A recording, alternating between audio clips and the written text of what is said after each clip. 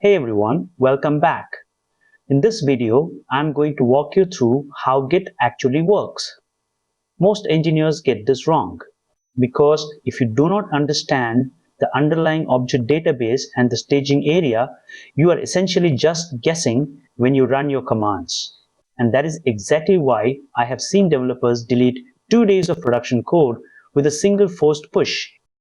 Let us break down exactly what Git is and how you can master it for your daily production workflows. We are going to move from simple commits to complex branching strategies that elite teams use. Specifically, we will cover the pain of manual file management, the snapshot analogy, the internal architecture of the object database, how to set up your workspace, and the core mechanics of staging and branching. We will also dive into production-grade strategies, common mistakes you must avoid, and when Git is the right tool for the job. These are the topics we are going to cover in this video, so do not skip ahead, watch all the way through to actually understand this properly. Quick note before we dive in, this channel shares practical IT tutorials every week, so if that is useful to you, hit subscribe and join our WhatsApp channel using the link in the description. And please do hype the video. That really encourages me to upload more resources. So what happens when you do not use version control? You end up with folders full of files named final, final2, and please God let this work. This is a recipe for disaster. When you have 5 developers trying to edit the same configuration file, you will inevitably have collisions. And without a tool like Git, you have no way to see who changed what, when, or why. That is the fundamental problem Git solves. So, what is Git really? It is a distributed version control system. Think of it like a save game system in a massive open world video game. Every time you commit, you are creating a checkpoint. If you make a mistake and your code breaks, you can just reload your last known good save point. It is not just saving the file, it is recording the entire state of your project history. Before you start, make sure you meet these requirements. You need either Windows 10 or 11 or a modern Linux distribution like Ubuntu 22.04. You need a terminal application ready to go. You must have Git installed, which you can verify by typing git -- version. You should also be comfortable navigating directories.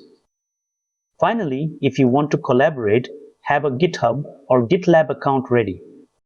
So how does Git actually work under the hood? It is not just a folder. It is a state machine. You have your working directory where your code lives. Then you have the staging area, which is your workspace for the next snapshot. Finally, you have the repository, which is the internal database. Every commit is a snapshot of that staging area stored as a unique hash. On line 1, we set your global username. Line 2 sets your email address. These are attached to every commit you make. On line 3, we list your configuration to verify everything is set correctly. This ensures that when you push to a shared server, everyone knows exactly who authored the changes. You should see your name and email echoed back to the terminal. This confirms that Git is ready to track your identity for every commit you create. First, we create a file called app.py. Then we run git init to turn this directory into a Git repository. We add the file to the staging area with git add. We commit that change with a message.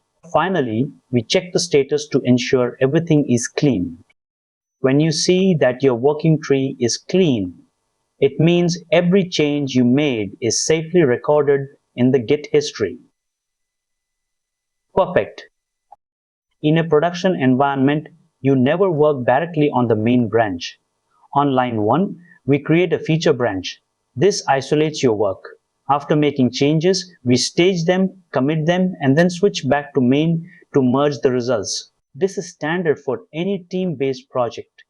You will see a confirmation that Git has merged your changes. This shows the fast-forward update happened successfully, keeping your history linear and clean. This error happens when you check out a specific commit hash instead of a branch.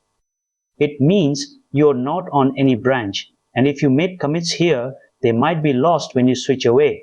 The fix is to create a new branch immediately using git checkout-p. Running this command forces your commits onto a named branch so they are saved to your project history properly.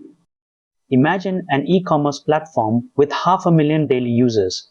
They had a production outage because someone pushed directly to the main branch. They switched to a pull request workflow where every change requires a peer review. Now, their incident rate has dropped by 85%. This is the power of a proper Git process. So, when should you use Git? Always use it for source code and config files. It is perfect for collaboration. But do not use it for massive binary files, as it will bloat your repository. And never ever commit secrets like passwords or API keys to your repo. That is a security nightmare. Specifically, that includes use Git for all source code, configuration files, and documentation. Do not use Git for large binary files like databases, heavy media assets, or compiled binaries. Use Git when your team needs to collaborate on the same code base simultaneously. And do not use Git for sensitive secrets or credentials. Use a dedicated secrets or credentials. Use a dedicated secret manager. To recap, remember that Git is a snapshot-based system. Always isolate your features in branches. Never put secrets in your repo. Write descriptive commit messages so your team understands your changes. And if you ever hit that detached head state, just branch off of it to keep your work safe.